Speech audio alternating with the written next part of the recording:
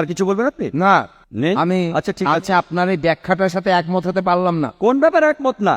আপনি যখন যিশু আর মোহাম্মদের কথা বলছিলেন যে যিশু এসেছেন শুধু ইহুদিদের জন্য আর মোহাম্মদ এসেছেন পৃথিবীর সব মানুষের জন্য, সবার জন্য, আমার মনে হয় না এটা সত্যি।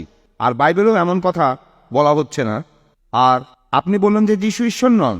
আপনি এখানে গসপেল থেকে সুবিধা মতো উদ্ধৃতি দিলেন যে যিশু বলেছেন আমার পিতা আমার চেয়ে বড়। এই কথাগুলো আছে আর বাইবেলে লেখা আছে পরিষ্কারভাবে যে যিশু খ্রিস্ট ঈশ্বর। সে কথাটাই আমরা বিশ্বাস করি আর পুরো পৃথিবীর মানুষই বিশ্বাস করে।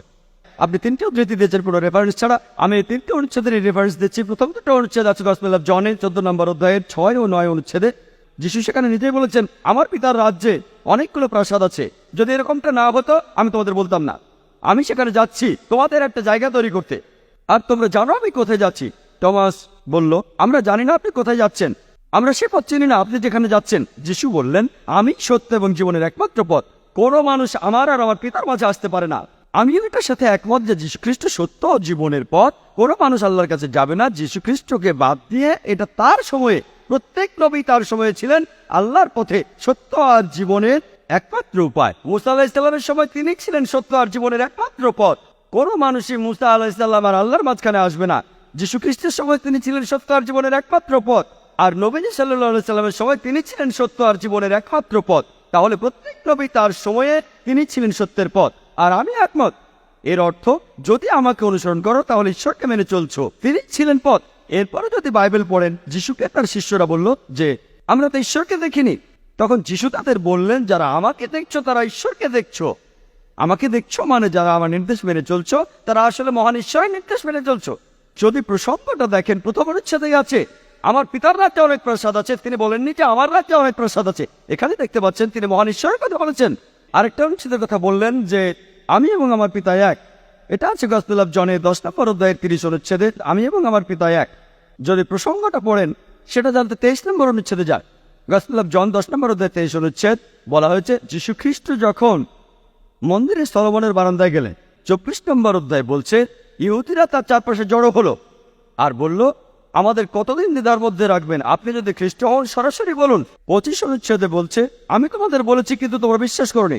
আমি যে কাজগুলো করি আমার পিতার নামে তারাই আমার হয়ে এখানে সাক্ষ্য দেবে।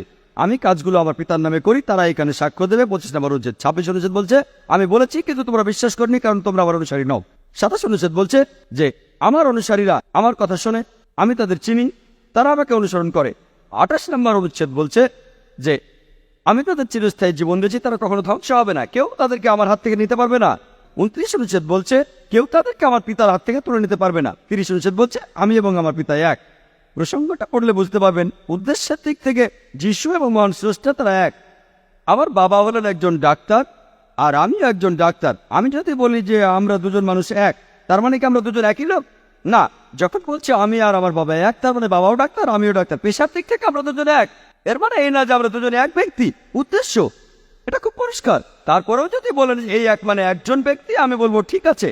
এরপরও বাইবেল পড়লে দেখবেন গসপেল অফ জন 17 নম্বর অধ্যায়ের 21 নম্বর অনুচ্ছেদে বলা হয়েছে যে আমার পিতা আমার মধ্যে রয়েছে আর আমি তোমাদের মধ্যে। যীশু খ্রিস্ট তার 12 জন শিষ্যকে বলছেন আমরা সবাই এক। 23 অনুচ্ছেদ বলছে আমি তোমাদের মধ্যে, আমরা সবাই এক। এটাও এক শব্দ। এই কথাটার মানে হলো মহান স্রষ্টা যিশু আর শিষ্যরা তারা একই নির্দেশ দিচ্ছেন, একই আদেশ, আর এই নির্দেশের ক্ষেত্রে তারা সবাই এক। কিন্তু যদি বলেন তারা একজন ব্যক্তি তাহলে ট্রিনিটিকে বদলাতে হবে, অন্য ধারণা লাগবে। 14 জন ঈশ্বরের, মহান স্রষ্টা যীশু খ্রিস্ট আর 12 জন শিষ্য। আপনি প্রসঙ্গটা পড়লেই বুঝবেন। কিন্তু যদি এটার সাথে একমত না হন, যদি বলেন যে এখানে এক উদ্দেশ্যের কথা বলা হচ্ছে না, তাহলে আপনাকে এটাও মানতে হবে যে যিশুর 12 জন শিষ্য ঈশ্বর। এরপর আরো দেখেন 31 নম্বর অনুচ্ছেদে গসপেল অফ জন 10 নম্বর অধ্যায়ের 31 অনুচ্ছেদ। যখন যিশু বললেন আমি এবং আমার পিতা এক, তখন ইহুদিরা পাথর মারতে চাইল। তাহলে তারা জানতো ইহুদিরা তাকে মারতে চাইল কেন? কারণ ধর্মের অপমান।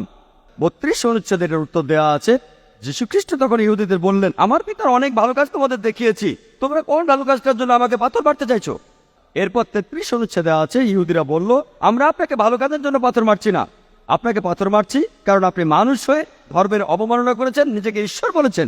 এরপর যীশু খ্রিস্ট বললেন 34 ও 35 অনুচ্ছেদে আছে গসপেল অফ জনের 10 নম্বর অধ্যায় যে এটা কি তোমাদের ধর্মগ্রন্থে বলা নেই যে তোমরা ঈশ্বর আর যে ব্যক্তির কাছে মহান স্রষ্টার নির্দেশগুলো আসে সেই ব্যক্তিকে যদি ঈশ্বর বলো, ধর্মগ্রন্থের নিয়ম ভাঙা হবে না। যে ব্যক্তির কাছে মহান স্রষ্টার নির্দেশ এসেছে, যদি তোমরা তাকে ঈশ্বর বলো, ধর্মগ্রন্থের নিয়ম ভাঙা হবে না। আর একই কারণের কথা আছে শামসে 82 অধ্যায়ের 6 অনুচ্ছেদে বলা হয়েছে যে তোমরা ঈশ্বর। তাহলে আপনি যদি প্রসঙ্গটা পড়েন, যীশু খ্রিস্ট কখনো নিজেকে ঈশ্বর বলে দাবি করেননি, তবে উদ্দেশ্যের দিক থেকে মহান স্রষ্টা আর যীশু খ্রিস্ট যেসব নির্দেশ দিয়েছেন একই উদ্দেশ্যে দিয়েছেন। আশা করি উত্তরটা পেয়েছেন। আর কিছু বলবেন আপনি? না, নেই? আমি আচ্ছা, ঠিক আছে। আচ্ছা, আপনার এই ব্যাখ্যাটার সাথে একমত হতে পারলাম না। কোন ব্যাপারে একমত না? আমি আপনাদের ভুলগুলো প্রমাণ সহ বাইবেলের রেফারেন্স দিয়ে বলেছি, অনুচ্ছেদগুলো বলেছি। এখন আমি যে ভুল বলছি সেগুলো আপনি রেফারেন্স দিয়ে প্রমাণ করে দেন।